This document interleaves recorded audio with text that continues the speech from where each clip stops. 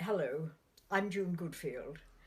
I've been a writer all my life, and though I'm in my 94th year, I've got another new project, a fresh book about Dame Vera Lynn.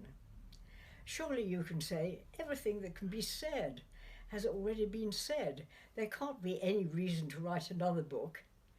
And yet, new things always keep turning up, mostly because of my having met Vicki Lee, a wonderful singer from New Zealand. Great. I met Vicki earlier this year when I was invited to a wonderful occasion at the Royal Albert Hall, the unveiling of a new portrait of Dame Vera. Vicki is a musician and in 2015 began giving concerts throughout the veterans' villages in New Zealand. And she recognises it's just not the songs that matter, but just as Dame Vera did recognised, it is the links and personal connections that followed afterwards. Through her concerts, Vicki learns many stories about the past, especially during the war. One of the most remarkable comes from an 84-year-old lady called Jessie, who, when she was 5, lived in Maastricht on the Holland-German border. This was a very dangerous place because the Germans had their headquarters there, and Jessie's family just lived a few doors away.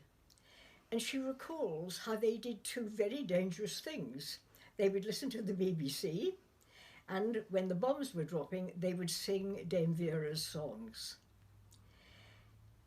And because they were hungry, very hungry, they ate tulip bulbs.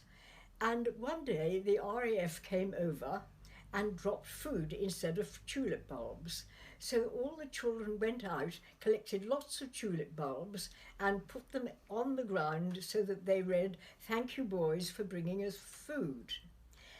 Years later, decades later, Jessie lives in New Zealand in one of the veterans' villages where Vicki gives her concerts.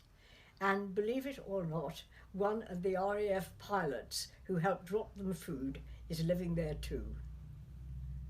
Vicki and I both knew Dame Vera in her later years, and we both came to realise that we badly wanted her legacy to live on.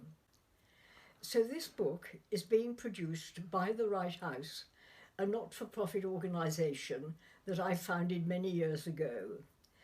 What we do is simply to produce books about social history for the general public. And neither Vicki nor myself will receive any compensation for this, and we do need your support so that this objective can be reached.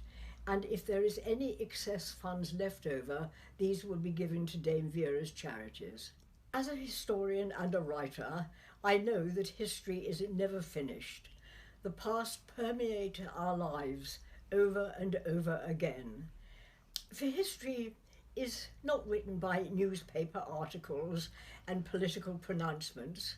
History is written by the actions of ordinary people, and this is something that Dame Vera instinctively understood.